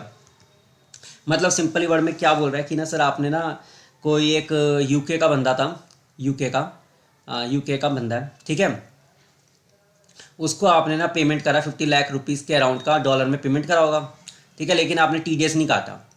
अब ये क्या है, पहले तो आप बात देखो कि TDS कटना भी है नहीं कटना, या इक्वलाइजेशन लेवी, वही इक्वलाइजेशन लेवी भी आपका लिख कर आ सकता है कि सर आपने इक्वलाइजेशन लेवी काटना था लेकिन नहीं काटा, क्या सही करा या नहीं करा। आपके क्वेश्चन आता है या 14 मार्क्स में एडजस्टमेंट आते हैं तो क्या डील करना है सर, पहले आप देखो सर, ये यूके का बंदा था, ठीक है, अब ना ये क्या है, जो ये बंदा जो सर्विस दे रहा है वो किस टाइप की सर्विसेज दे रहा है बेसिकली। एक सेकेंड, इसको थोड़ा नीचे करते हैं, हाँ, पहले देखो सर ये किस टाइप की सर्विस दे रहा है, मतलब क्या सर, ये हमने इसको सेल्स कमीशन दे रहे हैं, लेकिन सेल्स कमीशन क्यों दे रहे हैं सर, ये बाहर के क्लाइंट हमारे लिए लेकर आ रहा है, मतलब क्या हो सर, ये ना आउटसाइड ही इंडिया हमें सर्विस दे रहा है। ठीक है, income earned outside India, income earned outside India by non resident NR। ठीक है, ये सर्विस क्या दे रहा है सर, जो आउटसाइड इंडिया में जो बंदे रह रहे हैं ना, उसको ये वहाँ से कॉन्ट्रैक्ट लेता है और हमें देता है। ठीक है, ये बाहरी इसकी इनकम ऑक्यूर हो रही है, अर्न कर रहा है और मिल भी रहा है। तो जो NR बंदे हैं तो उसके लिए बताओ सर, ये टैक्सेबल इन इंडिया है कि नहीं। सर ये टैक्सेबल ही नहीं है इंडिया में, टैक्सेबल ही नहीं है इंडिया में। जब टैक्सेबल ही नहीं है इंडिया में तो आप TDS या इक्वलाइजेशन लेवी काट कैसे सकते हैं सर, कटेगा ही नहीं। यही बात इसमें लिख रखा है और यही आपका एडजस्टमेंट भी आता है और ये हो जाता है एक इंपॉर्टेंट पॉइंट ध्यान रखने वाला। A foreign agent is an of an Indian export operation of his own country, अपनी ही कंट्री में रहता है, no part of his income accrue or arise in India. ये वर्ड ज़्यादा इंपॉर्टेंट है, आपको नोट्स में भी लिखने आ सकता है। इस commission is usually remitted directly to him and is therefore not received him on behalf of India. The commission paid to NR agent for service rendered outside India does not chargeable to tax in India. ठीक है, तो would not attract to disallowance, तो attract नहीं होता disallowance के लिए। बहुत ज़्यादा इंपॉर्टेंट पॉइंट। अब क्वेश्चन स्टार्ट हो रहे हैं तो please pay attention. Can the following tax be covered under section 43B for disallowance. इसका आपको वो एडजस्टमेंट तो नहीं दिखा, लेकिन हाँ MCQ पॉइंट में एक एक्सपेक्टेड क्वेश्चन माना जाता है कि आप bank guarantee given by company toward dispute tax liability 43B में ये अलाउड होगा कि नहीं होगा, डिसअलाउड होगा या अलाउड होगा, आप बताओ मेरे को। आप bank guarantee given by company toward dispute of the tax liability, मतलब कोई सर हमारी टैक्स लायबिलिटी थी, टैक्स लायबिलिटी चल रही है, ठीक है, उसके अगेंस्ट में आपने ना उसको पेमेंट नहीं करा विद इन ड्यू डेट, मतलब रिटर्न फाइलिंग के ड्यू डेट तक ना आपने विद ड्यू डेट तक आपने उसकी पेमेंट नहीं करी है। आपने क्या बोला सर, आपने उसको बैंक गारंटी दे दिया। ठीक है, बैंक गारंटी दे दिया, तो क्या bank guarantee is actual payment, क्या सर ये एक्चुअल पेमेंट होता है। बैंक गारंटी किसी को दे दिया हमने PNB बैंक से बनवा के, तो क्या वो एक्चुअल पेमेंट है, आपके पेमेंट हुआ है, आपके बैंक अकाउंट से कोई पेमेंट कटा है सर, नहीं कटा है। जब एक्चुअल पेमेंट ही नहीं हुआ है तो आप कैसे मान सकते हैं, कैसे एक्सपेक्ट कर सकते हैं। तो 43B में क्या होगा सर, ये सर डिसअलाउड होगा। ठीक है, अगले क्वेश्चन पे आते हैं, पहले एक बार इसका आंसर देख लेते हैं। For claiming deduction for expansion है अंडर सेक्शन 43B, ठीक है, can not be equated to actual payment, ये कोई एक्चुअल पेमेंट के इक्वेटेड नहीं है, ये लाइन इंपॉर्टेंट है। उसके बाद हम लिख देंगे डिसअलाउड है। सर क्या है, हमें ये केस लो याद करने की जरूरत है, याद कर लेना अगर रैंक लानी है तो। ठीक है, interest payable to GST department but not paid before the due date. Sir GST की पेमेंट करनी थी, बिफोर ड्यू डेट से पेमेंट करा ही नहीं है तो डिसअलाउड, ये तो ऑन द फेस ही पता चल रहा है। interest payable to GST, therefore interest payable goods and which is not paid before the due date of would attract a disallowance under section 43B. ठीक है, थैंक यू। चलो second question देखते हैं, और ये क्वेश्चन सबसे ज़्यादा इजी है, और इतने इजी क्वेश्चन में ना आप लोग एक छोटी सी मिस्टेक से ना 1 से 2 मार्क्स गवाओगे। मतलब 4 मार्क्स का क्वेश्चन आता है, 1 से 2 मार्क्स गवाओगे, यकीन मानो ये गलती करी होगी। मतलब क्या है कि सर आपको डेप्रिसिएशन क्लेम करने के, डेप्रिसिएशन का बस कंप्यूटेशन बोला है, सिंपली आपको ये बोला है कि आपको WDV निकालनी है, ठीक है, वेरियस ब्लॉक की डेप्रिसिएशन निकाल के दिखाओगे, WDV निकालनी है। और मेरी हंसी की छुट्टी है ना, आपकी गलती होगी, अब मैं बताता हूँ आप लोग को लिटरली ना लगेगा कि ये हाँ सर हमने शायद करी होगी। न्यू मशीनरी इंस्टॉल्ड हुई है सर 1/5/2023 को 84 का। इसमें एक चीज़ ऊपर लिखा हुआ है सर, हमने 115BAA एंड 115BAB नहीं ऑप्ट करे, इसका मतलब एडिशनल डेप्रिसिएशन तो मिलेगा 20% का, वो सब ठीक है। न्यू मशीनरी इंस्टॉल्ड करा 1/5/2023 पे, ठीक है, पुट टू यूज़ भी उसी वक्त कर लिया, तो हाँ सर 182 दिन से ज़्यादा है तो एक फुल डेप्रिसिएशन मिलेगा। एडिशनल डेप्रिसिएशन में 20% का मिलेगा। न्यू विंड मिल 18/6 का 22 तारीख का 22 करोड़ का, ठीक है। Lorries for transporting of the goods to sales report, sir machinery तो है नहीं, 15% में आएगा, एडिशनल डेप्रिसिएशन नहीं मिलेगा, ठीक है।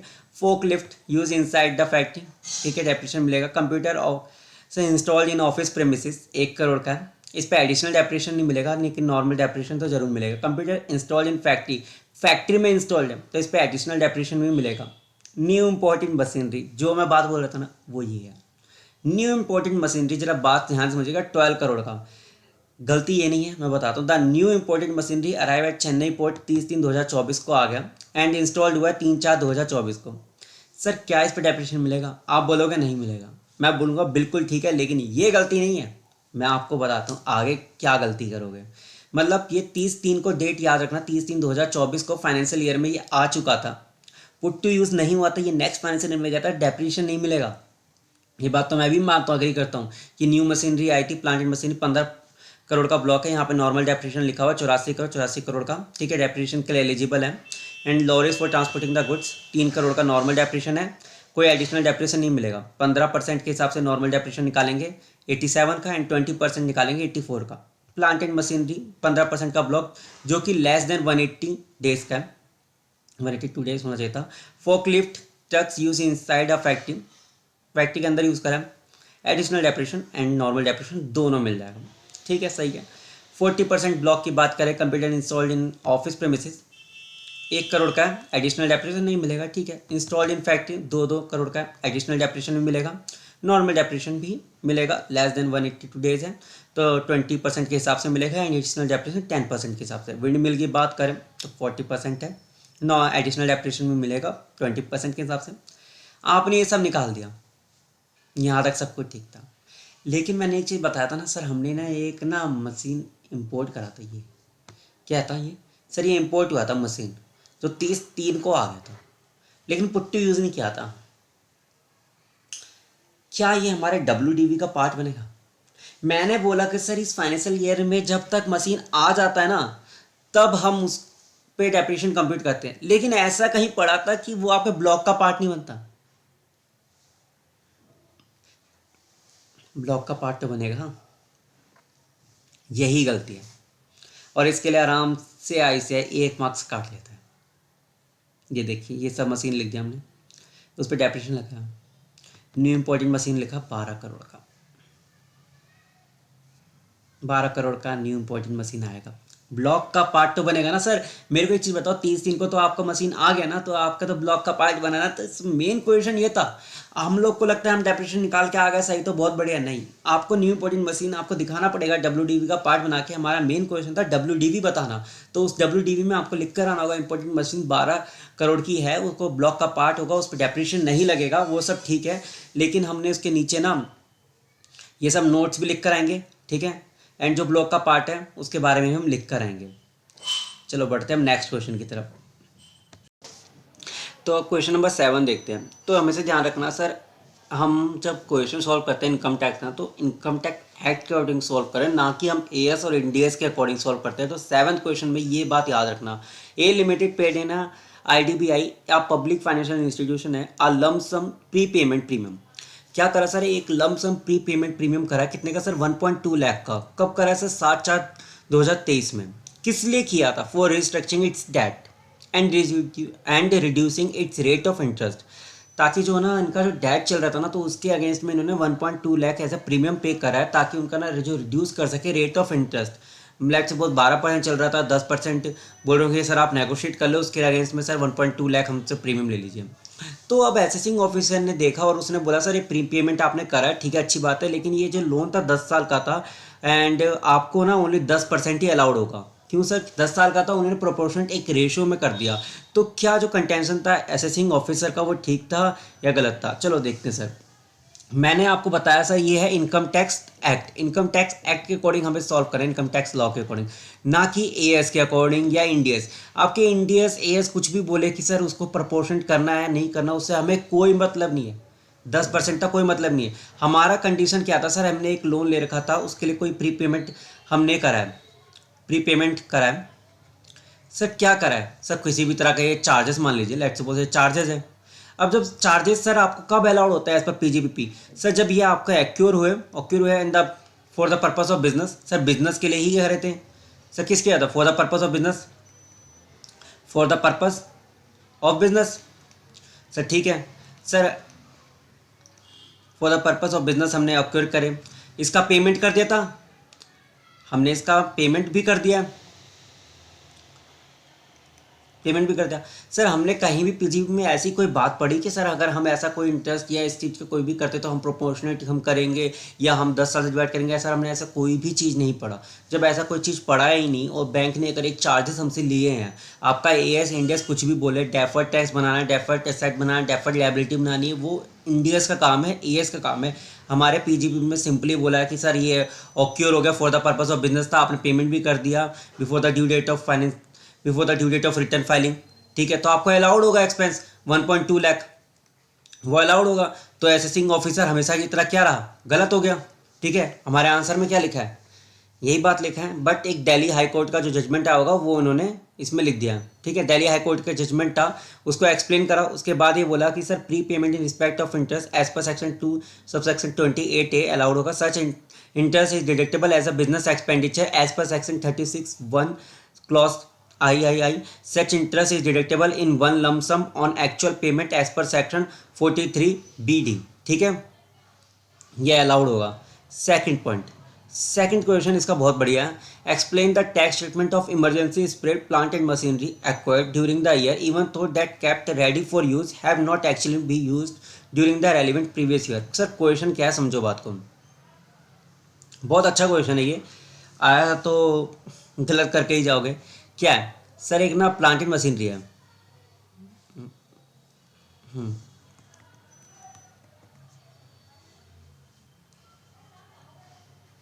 ठीक है, ठीक है, हाँ, एक प्लांटिंग मशीनरी है, ठीक है। अब ना क्या है कि सर ये पुट टू यूज़ है, इसका आपने डेप्रिसिएशन भी लिख रहा है, पुट टू यूज़ है, ये यूज़ हो रहा है हमारे मैन्युफैक्चरिंग में भी, हम इसका डेप्रिसिएशन भी हम क्लेम कर रहे हैं अच्छे खासे लेवल पे। हमने ना कोई इमरजेंसी स्पेयर्स रख रखा है, जैसे ना बैरिंग जो होते हैं, जो बैरिंग होते हैं वो भी लोग ना जनरली जो फैक्ट्रीज होते हैं वो लोग ना स्पेयर्स पे रखते हैं, ताकि अगर अर्जेंटली रिक्वायर्ड हो तो हम इसको लगा सकें, और ये ना कैपिटलाइज्ड होता है। तो वही बोल रहा है कि जो इस तरह के स्पेयर्स रखे होते हैं, इमरजेंसी स्पेयर्स जो कि आप एक जगह स्टोर करके रखते हैं, तो ये इसका क्या होगा सर, डेप्रिसिएशन अलाउड होगा कि नहीं होगा, कैपिटलाइज्ड होगा कि नहीं होगा। अब ये आपने पुट टू यूज़ करा नहीं, लेकिन एक जजमेंट आया था, जजमेंट में क्या देखा गया, जजमेंट आया कोर्ट का, उसमें क्या देखा सर, आपका जो मेन मशीन है प्लांटिंग मशीनरी वो पुट टू यूज़ है और वो आपका यूज़ भी कर रहे हैं, और जो स्पेयर्स पार्ट्स रखा है वो रेडी फॉर यूज़ है, वो रेडी फॉर यूज़ है, वो जो मेन मशीनरी है प्लांटिंग मशीनरी वो अभी हम यूज़ कर रहे हैं, पुट टू यूज़ है। स्पेयर्स की जो हमने करा वो रेडी फॉर यूज़ है, मतलब क्या है सर, आप कभी भी रेडी का है ये यूज़ में लगा सकते हैं। अब इसमें क्या करा, रेडी फॉर यूज़ है, कोर्ट ने ये देखा सर जब कोई हमें स्पेयर पार्ट्स ले रहे हैं वो रेडी फॉर यूज़ है, इसका मतलब ये है जो कि मेन मशीन है उसके अगेंस्ट में लगेगा, जैसे ही वो ब्रेक डाउन होगा, तो इसका मतलब ये है कि सर आप इसका डेप्रिसिएशन क्लेम कर सकते हैं। आप खुद मान के देखें कि जैसे आपने कंप्यूटर खरीदा, ठीक है, वो आप डेली यूज़ कर रहे हैं, आपने उसके साथ एक सर प्रिंटर लिया, ठीक है, प्रिंटर इसके साथ आपने अटैच कर लिया, सर ये रेडी फॉर यूज़ है, रेडी फॉर यूज़ है। आप जब भी आप प्रिंटर ऑन करते हैं तो क्या लिख कर आता है, कंट्रोल पे दबाते हैं कि हाँ ये प्रिंटर ऑन है, आप रेडी फॉर यूज़ है। सर प्रिंटर आप यूज़ में ले रहे हैं या नहीं ले रहे हैं, रेडी फॉर यूज़ है इसका मतलब है सर आपने पुट टू यूज़ ले रखा उसको। आपने कभी सोचा है, अपने दिमाग में लगा के रखना कि आपने प्रिंटर रख रखा है, आज तक स्कैनर रखा हुआ है आपके ऑफिस में, कभी यूज़ ही नहीं हो रहा है, लेकिन वो रेडी फॉर यूज़ तो है ना सर। आपका जो पीओन आ रहा है हफ्ते में एक बार स्कैन भी तो कर रहा है। इसका मतलब ये थोड़ी ना कि सर वो रेडी फॉर यूज़ है, इसका मतलब है कि वो पुट टू यूज़ नहीं है और हमें उसको कंटिन्यूसली यूज़ ही करते रहना होगा। कोर्ट ने भी यही चीज़ देखा कि सर जब वो आपको मशीन लिया वो उस कंडीशन में था कि हम उसको जब मर्जी यूज़ कर सकते हैं, तो उसका मतलब वो पुट टू यूज़ है और हमें उसका डेप्रिसिएशन मिलेगा। और लॉजिकल भी था ये चीज़। अगर हम लॉजिकल ना देखें, अगर हम इसको बोलते कि सर इसका हम नहीं मानेंगे, तो कल को तो ये होगा कि सर वेयर हाउस में लाइट लगा रखा है लेकिन हम वेयर हाउस यूज़ नहीं कर रहे, तो एओ आके बोलेगा नहीं नहीं नहीं नहीं ये पुट टू यूज़ नहीं है। मशीन ला के हमने लगा दी, अभी तो महीने के लिए सीजन था, नहीं बंद था, और एओ आके बोल देगा कि सर ना ना ना ना ये चीज़ें गलत है। तो ये लॉजिकल भी सही था, प्रैक्टिकल भी ठीक था, और ये ऐसा ही होना चाहिए था। और आईसीडीएस भी हमारा यही बोल रहे हैं, ठीक है, और इसी का अपना जजमेंट भी दे रखा है और ये बोल रखा है, ठीक है। इसको आप एक बार पढ़ लीजिएगा, सेल्फ रीड। और आप प्लीज़ चैनल सब्सक्राइब कीजिए। थैंक यू जी।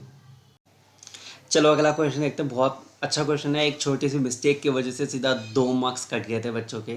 चलो देखते हैं जरा क्वेश्चन है क्या। इजी कॉल लिमिटेड ने एक टेलीकम्युनिकेशन सर्विस प्रोवाइड करती है इन मुंबई, ऑब्टेन करता है एक लाइसेंस 1/4/2021 को for a period of 10 years. Sir 10 years के लिए लिया है, कब से 1/4/2021 को। फाइनेंशियल ईयर कब क्लोज हो रहा है, 31/3/2021 को, 31 को, ठीक है। फाइनेंशियल ईयर क्या होगा सर, 1/4/2021 से लेकर होगा 31 मार्च 2022 तक, ठीक है। कब ये एंड हो रहा है, 31 मार्च 2031। अगर हम फाइनेंशियल ईयर देखते हैं, टोटल इसमें 10 कवर हो गए पूरे, ठीक है। Against the fees of 27 lakh का फीस है जो भी पेड होगा 3 इंस्टॉलमेंट 9-9 लाख के, ठीक है। अब पेमेंट पे डिपेंड नहीं होता, हमारा इनकम टैक्स एक्ट क्या बोलता है, जब आप बिजनेस कमेंस करते हैं तो उसके अकॉर्डिंगली जो रिमेनिंग फाइनेंशियल ईयर्स या ईयर्स बचते हैं उसको प्रोपोर्शनेटली आपको डिवाइड करके आपका क्लेम मिलता है। आप कब कब पे करें, अप्रैल 2021 में, अप्रैल 2022 में, अप्रैल 2023 में। आपसे पूछा गया कि असेसमेंट ईयर 2024-25 में आपको कितना अलाउड होगा। यहीं पे एक छोटी सी गलती की वजह से मार्क्स कट गए थे। ए वाई 2024-25 में कितना अलाउड होगा। सर हमारे जो रिमेनिंग ईयर्स ज़रा मेरे को बताएंगे सर। 1/4/2022 था और ये एक्सपायर कब हो रहा है। बिजनेस स्टार्ट करा सर हमने 1 अप्रैल 2022 से, ठीक है। और ये जो लाइसेंस है ये कब एक्सपायर होगा सर, 31 मार्च 2031 को एक्सपायर होगा, ठीक है। 31 मार्च 2031 को। तो टोटल इसके बीच में गैप कितना रहा सर, 9 ईयर्स रहा, 9 ईयर्स। सर हमने पेमेंट करा था अप्रैल 21 में, लेकिन हमारा जो बिज़नेस कमेंस हुआ 9 लाख, लेकिन हमारा जो बिज़नेस कमेंस हुआ था वो हुआ था 2022 में। तो सर कितने से डिवाइड करेंगे इसको, 10 से कर नहीं सकते, क्योंकि अगर 10 से अगर आप करोगे तो आपका एक इंस्टॉलमेंट का आपको एक्सपेंस मिलेगा नहीं। इसने बोला आपका जब बिज़नेस कमेंस हुआ तो उतने जो रिमेनिंग ईयर्स है ना, तो उसके अकॉर्डिंग प्रोपोर्शनेट करना है। तो 9 लाख है ये, तो 9 लाख को किससे डिवाइड करेंगे सर, 9 से डिवाइड करेंगे, ना कि 10 से। तो 1 लाख हुआ। एंड देन अप्रैल 22 में हमने पेमेंट करा। सर अप्रैल 22 में पेमेंट करा 9 लाख। हमारा जो बिज़नेस हमारा कितने साल के लिए बचा है, 9 साल के लिए, 9 साल का लाइसेंस है, 1 लाख हुआ। अब हमने जो पेमेंट करा वो करा है अप्रैल 23 में एक। अब कितने साल बचे हैं, तो अगर हम देखें तो 8 साल बचे हैं। 8 से डिवाइड करेंगे और हमारा अमाउंट आ जाएगा 1 लाख, ये रहा 1,12,500, ठीक है। तो टोटल हमारा ये कुछ आ जाता 3,12,500। तो ये आपका अलाउड होगा, ठीक है। और बच्चों ने क्या गलती करी थी कि उसको 10 से डिवाइड करा था पहले इंस्टॉलमेंट को, जो कि गलत था। आपको ये पहले तो एक थोड़ी सी समरी लिख कर आनी है, 2 लाइन की, ये जरूरी लिख कर आना। If the payment is made before the commencement of business, तो क्या रहेगा, ये अलाउड होता है फ्रॉम द बिगिनिंग विथ, जब आपका कमेंस कर लेते बिजनेस। इन अदर केस जब आप पेमेंट करते हैं, मतलब कमेंसमेंट के बाद आपने पेमेंट करा है तो वहाँ से स्टार्ट होगा, ठीक है। ये 2 लाइन तो आपको कंपलसरी लिख कर आना। उसके बाद अपना जो है एडजस्टमेंट दिखा देना कि कैसे कैसे अलाउड होगा, ठीक है। चलो अब नेक्स्ट क्वेश्चन की तरफ बढ़ते हैं, और प्लीज़ चैनल को सब्सक्राइब कीजिए। थैंक यू जी। चलो अगला क्वेश्चन देखते हैं, जिसमें एक छोटी सी मिस्टेक करके अराउंड 1 से 2 मार्क्स तो ईजिली गवाए थे बच्चों ने। Alpha limited, a manufacturing company, has disclose a net profit of 12.5 lakh रुपये इन्होंने किसी भी तरह का कोई प्रोविज़न ऑप्ट नहीं करा, स्पेशल प्रोविज़न 115BAA का of the company assessment year 2024-25 की बात हो रही after considering the following information. Sir पहला पॉइंट क्या है सर, एडवर्टाइजमेंट एक्सपेंडिचर है debited to the P&L account include the sum 60,000 paid in cash. Sir cash में पे करा है सर, 10,000 से ज़्यादा पे करते तो हम डिसअलाउड करते हैं 100% accidentally. To the sister concern को दिया है, मतलब रिलेटेड पार्टी को दिया है of a director. The market value which is है ना 52,000 है। अब यहाँ पे सर मिस्टेक क्या हुई थी सर, मिस्टेक ये हुआ था कि बच्चों ने क्या देखा सर, वो सीधा ना सर 10,000 से ज़्यादा पे करा है। सर हमने 10,000 का ज़्यादा एक्सपेंस करा है और हम डायरेक्टली क्या करते हैं सर 60,000 को एक बारी में ही डिसअलाउड करके दिखाया। सर वो गलत था, इसका बेसिकली बाइफरकेशन होना था। बाइफरकेशन सर किस तरीके से होना था सर, आपको दिखाना था सर सिस्टर कंसर्न को कितना दिया है एडिशनल, मतलब 52,000 होना चाहिए था, 52,000 एक्चुअल था, आपने दिया 60,000, तो आपने एक्सेस कितना दिया सर 8,000। तो 8,000 तो आपको दिखाना होगा सिस्टर कंसर्न ने दिया, तो एक्सेस दिया है, इसलिए सिस्टर कंसर्न के डायरेक्टर को दिया, इस वजह से ये डिसअलाउड है। ठीक है, दूसरे में रीज़न लिखना था 52,000 में कि ये 10,000 से ज़्यादा पेड इन कैश है, कैश से ज़्यादा पे करा है, 10,000 ज़्यादा इन अ डे, जिस वजह से ये 52,000 डिसअलाउड है। ठीक है, एक बार जरा हम देखते हैं आंसर में क्या लिखा है सर, यही लिखा है 8,000 being the excess payment to a relative disallowed under section 48(2). ठीक है, as the payment made in cash since the amount 52,000 है एक्सिड करता है 10,000 से, तो 100% सेल बी डिसअलाउड, किस में सर 48(3) में डिसअलाउड होगा। तो ये छोटा सा बाइफरकेशन देना था। उसके अलावा सेकंड पॉइंट में चलते हैं, repairs of plant and machinery debit to the P&L account. अब इसमें सर क्या था, इसमें ना लोग क्या कर रहे थे सर, इसको ना कैपिटलाइज कर रहे थे और कंफ्यूज थे कि सर इसको हम P&L का खर्चा माने कि क्या माने।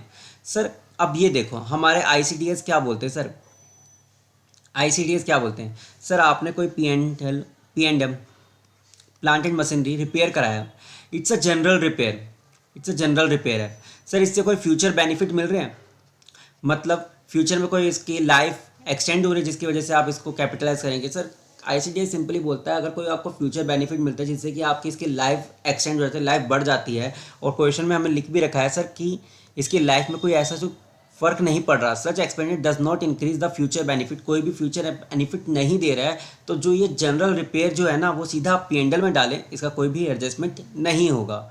अगला क्वेश्चन, अगला point sorry, a sum of 6,000 on the account of liability forgone by a creditor. मतलब हमारी कोई लायबिलिटी थी, मतलब हमने P&L में डेबिट कर रखा होगा 6,000 रुपये की expense account debit to payable, हमने लायबिलिटी का क्लेम ले रखा होगा, अब हमने उसको छोड़ दिया, हमने बोला कि फोरगॉन छोड़ो कि अब हम माफ़ करते हैं। तो अगर आपने सब माफ़ कर दिया, पहले आपने एक्सपेंस क्लेम कर लिया था, तो अब आपकी ये इनकम है, आप ऐड करें 6,000 को।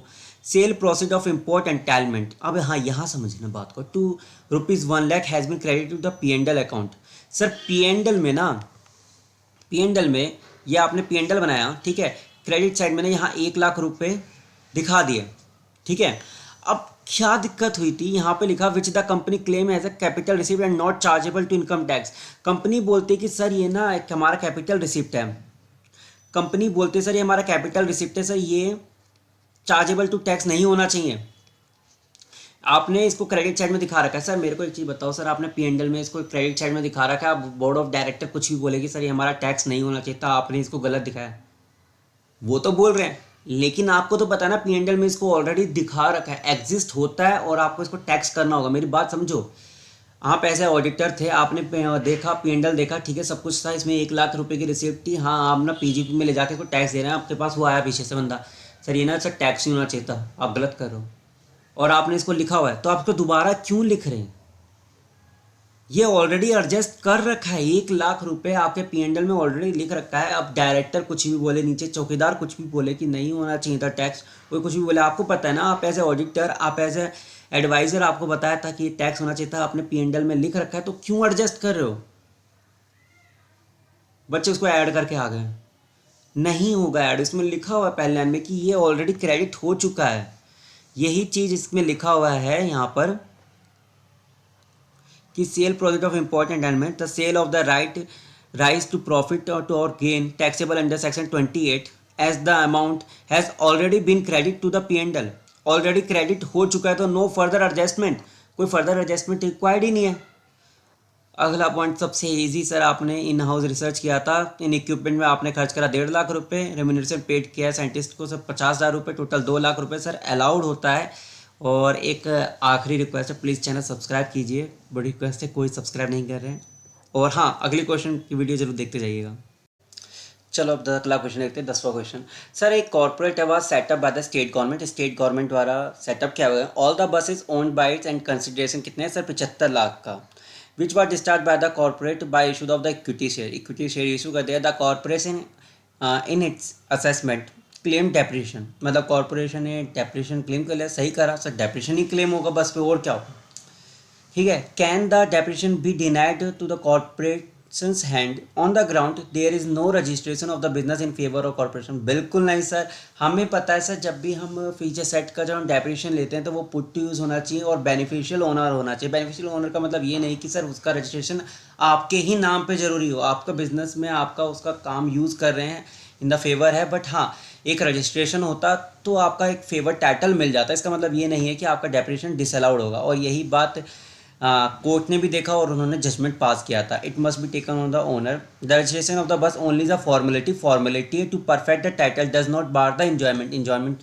ठीक है। The corporation can not therefore be denied the depreciation on the buses, तो कॉर्पोरेशन को डेप्रिशन मिलेगा ही मिलेगा। अगला point, Ravi succeeded to his father's business in the year 2021। In the previous year ended 31/3/2024 Ravi has written off क्या कर दिया? Balance in the name of Y का कोई बैलेंस चल रहा होगा, डेटर होगा, उसका ना रिटर्न ऑफ कर दिया, बैड डेट शो कर दिया। तो क्या ये दिखा सकते हैं? हाँ सर, जरूर दिखा सकते हैं sir. Bad debt return of allowed होता है, आपने अपने ऑडिट भी करे होंगे कई सारे क्लाइंट का। तो सर बैड डेट जब भी हम करते हैं तो उसको P&L में हम ऐसे डिडक्शन हम उसको ले जाते हैं। ठीक है, तो बैड डेट हम ले जाते हैं, और उसी के बारे में ये जजमेंट का एक इन्होंने दे रखा है एक अपना कॉन्टेक्स्ट में। और प्लीज़ चैनल को प्लीज़ आप सब्सक्राइब कीजिए। Thank you. As per ICAI study material, तो स्टार्ट करते हैं पहले क्वेश्चन से। ठीक है, तो पहला क्वेश्चन, एग्जामिन करना है। जो भी नीचे आपको दो केस स्टडी दे रखी है उन दोनों को एग्जामिन करना है। मिस्टर जनक क्या है? Is a proprietor of MS textile के which is engage in garment manufacturing business. ठीक है। The entire block of plant and machinery chargeable at a depreciation, कैसे रेट पे है सर? 15% रेट पे है, एंड 20 डिफरेंट मशीनरी है, जिसमें से एक मशीनरी ना सर ऑब्सोल्यूट हो चुकी है एंड डिस्कार्डेड कर चुके हैं बाय मिस्टर जनक द्वारा। तो SSC ऑफिसर ने जो SSC ने फाइल कर दी अपनी रिटर्न एंड 40 लाख का डेप्रिशिएशन क्लेम किया, जिसमें इंक्लूड होता है सर 4 लाख का डेप्रिशिएशन जो कि उस मशीन से बिलोंग करता है, जो कि ऑब्सोलेट करके हमने साइड में रख दिया। अब जो असेसिंग ऑफिसर ने स्क्रूटनी में पाया कि ये तो सर ऑब्सोलेट मशीनरी से डेप्रिशिएशन रेलिवेंट है, तो इसको डिसअलाउड कर दिया। तो क्या ये सही किया कि गलत किया? तो अब उसके लिए हम क्या करेंगे? पहले सर डेप्रिशिएशन क्लेम जब हम करते हैं, डेप्रिशिएशन क्लेम करने के लिए सर क्या होता है सर? वो होता है sir put to use. Sir जब हम पुट टू यूज़ कर देते हैं तब हम उसको डेप्रिशिएशन हम क्लेम कर सकते हैं। सेक्शन 32 का हम बात करेंगे, उसका फैक्ट लेंगे। एंड दिल्ली हाई कोर्ट का एक जजमेंट आया था जो कि आपको याद होना चाहिए, उसके कॉन्टेक्स्ट में हमें अपना आंसर देना होगा। ठीक है। अब क्या डेप्रिशिएशन क्लेम करने के लिए क्या होगा सर? हमने उसको पुट टू यूज़ में करा हुआ था, हमारे ब्लॉक का वो पार्ट बना हुआ था। अब ऐसा कोई भी चीज़ तो हमने लिखा नहीं, हमने ना पढ़ा कि सर हमारा जो है ब्लॉक, हमने जो मशीनरी रख दिया था पुट टू यूज़ कर दिया था, हमने एक बार उसको पुट टू यूज़ में ले लिया, ब्लॉक का पार्ट बन गया, तो हम उसको कंटिन्यूसली हम उसका क्या लेते हैं? डेप्रिशिएशन क्लेम करते जब तक हम उसको सेल ना करते एट ए स्क्रैप। अब हमने उसको साइड पे रख दिया था, ऑब्सोलेट हो चुका था, तो क्या सर वो सेल हो गया था या मनी पेबल हो गया था? Money payable. ये वर्ड बहुत ज़्यादा इंपॉर्टेंट है जो कि आपको ध्यान रखना है, मनी पेबल वर्ड। ये मनी पेबल वर्ड, इस वर्ड के आपको एग्ज़ाम में मार्क्स मिलेंगे। ये वर्ड याद रखना। क्या सर जो हमारी मशीन यूज़ नहीं थी, हमारे साइड में रख दिया था, हमने अर्लियर ईयर में पुट टू यूज़ उसको रखा हुआ था, ब्लॉक का पार्ट बना हुआ था, और हम उस पर डेप्रिशिएशन क्लेम कर रहे थे।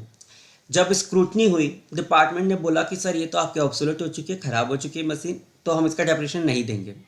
तो क्या जो साइड में रख दिया था मशीन, क्या वो हमने सेल कर दिया था? मनी पेबल आ चुका था। तो दिल्ली हाई कोर्ट ने अब से जजमेंट में निकाला कि सर जो आपकी मशीन है वो अंडर सर ऑब्सोलेट, ठीक है सर ऑब्सोलेट आप बोल रहे हैं कि ठीक है वो ख़राब पड़ी, साइड में रखिए, क्या उसका मतलब ये हुआ कि सर वो मनी पेबल है? मतलब कि हमने सेल्ड आउट कर देगा, सोल्ड आउट कर देगा, जो हमारे वो ब्लॉक से बाहर हो जाए? क्योंकि जब वो मशीन हमारे ब्लॉक का पार्ट है तो वो बाहर कब जाएगी? जब हम उसको सेल कर देंगे। जब हम उसको सेल करेंगे तब वो हमारे ब्लॉक से बाहर जाएगी। ब्लॉक से जब बाहर जाएगी उसके बाद हमारा डेप्रिसिएशन ख़त्म होगा। तो दिल्ली हाई कोर्ट ने देखा कि सर जो हमारी मशीनरी हमारी रखी हुई थी वो पुट टू यूज़ थी अर्लियर ईयर में, वो ऑब्सोलेट हो चुकी थी। इसका मतलब ये नहीं हुआ कि वो मनी पेबल हो गया है, मतलब कि सेल आउट कर दिया है, जिसके वजह से आपको डेप्रिसिएशन मिलेगा और डिपार्टमेंट का कंटेंशन गलत था। एक बार पढ़ लेते हैं आंसर क्या लिखा हुआ है। The issue under the consideration is whether disallowance of depreciation assessing with regard of discarded asset कर दिया at the written down value of the block। ठीक है, 32 का जैसे मैंने बताया उसका आपने दिया, एक मिनट कॉल आ रहा है।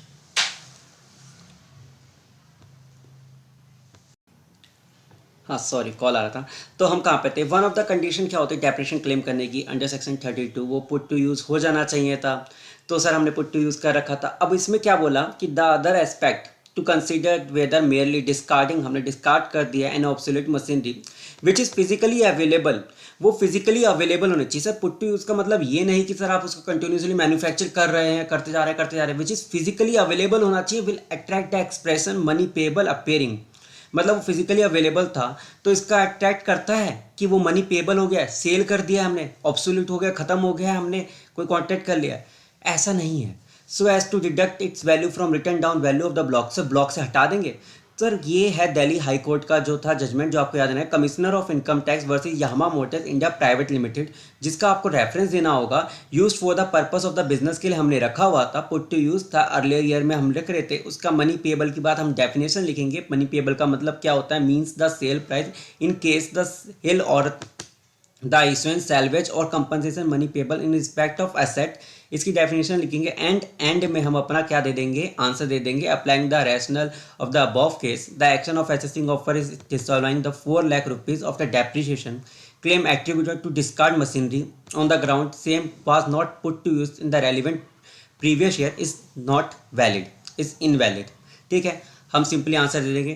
तो आपको इस क्वेश्चन में क्या चीज़ याद रखनी होगी, सर पहले तो हम देंगे सर 32 का रेफरेंस देंगे, उसके बाद हम मनी पेबल के बारे में बताएंगे, उसकी डेफिनेशन लिखेंगे, साथ में जो दिल्ली हाई कोर्ट का जो जजमेंट आया था उसको एनालाइज करते हुए अपने क्वेश्चन को बारे में लिखेंगे थोड़ा सा, एंड देन फाइनली हम उसके लास्ट पैराग्राफ में अपना आंसर लिख देंगे। अगला क्वेश्चन पे आते हैं।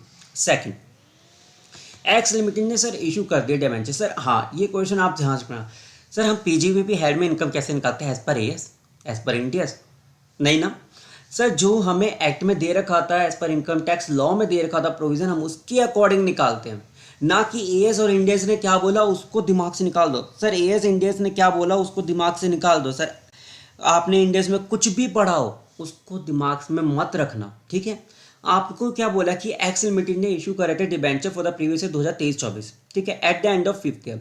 तब उन्होंने क्या अपने ना होल्डर को एक ऑप्शन दिया है कि सर हम ना एक अपफ्रंट फी में ही आपको इमीडिएटली ही हम आपको पे कर देंगे जो भी इंटरेस्ट बनेगा, ₹60 पर debenture on account of interest हम दे देंगे। अब उन्होंने क्या करा सर, जो एएस बोलता है अकाउंटिंग स्टैंडर्ड बोल रहा था कि सर आपके 5 साल के लिए लिया था ना, तो सर उसको 5 साल के लिए बाइफरकेट कर दो, ठीक है। आपने क्या करा, आपने डिबेंचर होल्डर को ना एक ऑप्शन दिया कि सर 5 साल का एक डिबेंचर है सर, लेकिन हम ना अपफ्रंट ही आपको क्या करेंगे, वन टाइम में एक ही बारी में ना इंटरेस्ट दे देंगे। लेकिन अपनी अकाउंटिंग बुक में ना उन्होंने 5 साल तक ना उसको कर दिया डेफर्ड, ये रहा। बट इन द अकाउंट्स क्या करा था, interest expenditure was shown as a deferred expenditure to be written off over the 5 years, मतलब 5 साल के लिए राइट ऑफ करेंगे। तो अब क्या हुआ सर, स्क्रूटनी हुई, असेसिंग ऑफिसर सर आए हमारे, उन्होंने बोला कि सर हम अलाउ करेंगे कितना सर, 1/5 अलाउ करेंगे। तो क्या असेसिंग ऑफिसर ठीक है या गलत है, चलो एनालाइज करते हैं, ठीक है। तो क्या रहा, हमने डिबेंचर इशू किए सर, डिबेंचर इशू कर लिए, ठीक है, और यहाँ पे एओ आया। तो पहले तो हमें बताना होगा सर ये हमने अकाउंटिंग स्टैंडर्ड के अकॉर्डिंग हमने क्या करा, एएस के अकॉर्डिंग या इंडियस के अकॉर्डिंग हमने उसको डेफर करा। सर बुक्स ऑफ अकाउंट में कुछ भी लिखा हो, बुक्स ऑफ अकाउंट हमारे इसके अकॉर्डिंग प्रिपेयर हुए हो बेशक से, लेकिन सर इनकम टैक्स क्या बोलता है, सर इनकम टैक्स क्या बोलेगा सर, इनकम टैक्स तो यही बोलेगा ना सर मैचिंग कॉन्सेप्ट के अकॉर्डिंग। सर जब आपने इस साल एक्सपेंस ऑक्यूर हुए, ठीक है, इस साल अपने एक्सपेंस हुए, इस साल ही आपने पे भी कर दिए, पेड भी कर दिए।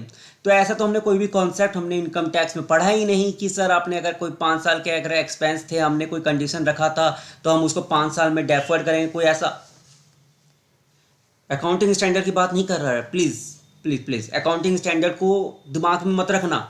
उन्होंने अपने डिबेंचर होल्डर को क्या बोला कि सर हम आपके कंडीशंस था इंटरेस्ट का एक बार पे करेंगे, बस बात खत्म, अकाउंटिंग स्टैंडर्ड भूल जाओ। उन्होंने अपने डिबेंचर इशू करते हुए बोल दिया कि सर हम आपको एक ही बारे में इंटरेस्ट पे करेंगे और आपको इसी साल हम आपको पे कर देंगे। ठीक है, बुक्स ऑफ अकाउंट में 5 साल लिखा था, ठीक है लिखने दो। क्या हमने कोई भी इनकम टैक्स लॉ में ऐसा कोई प्रोविज़न पढ़ा कि 5 साल तक डेफर्ड करेंगे? पूरे पीजीपीपी चैप्टर में पढ़ा? नहीं पढ़ा।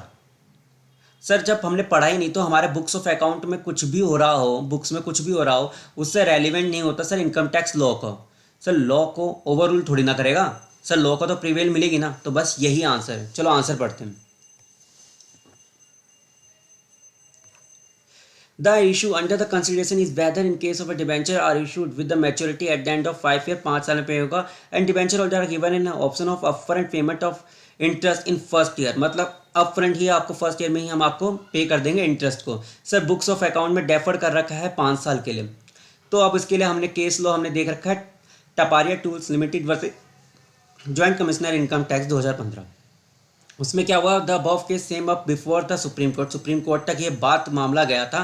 ठीक है, अब ये सब उन्होंने लिखा, उस केस के बारे में बताया, आपको भी लिख कराना है। According to the action of assessing officer in splitting the upfront fees paid over the 5 year terms of debenture and restricting the deduction in the previous year 2023-24 to 1/5 तक रेस्ट्रिक्ट कर दिया, पेड इज नॉट करेक्ट।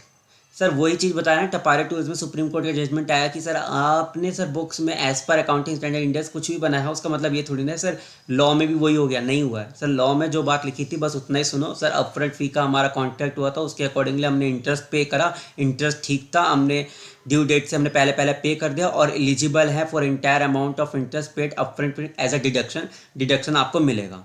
ठीक है, एक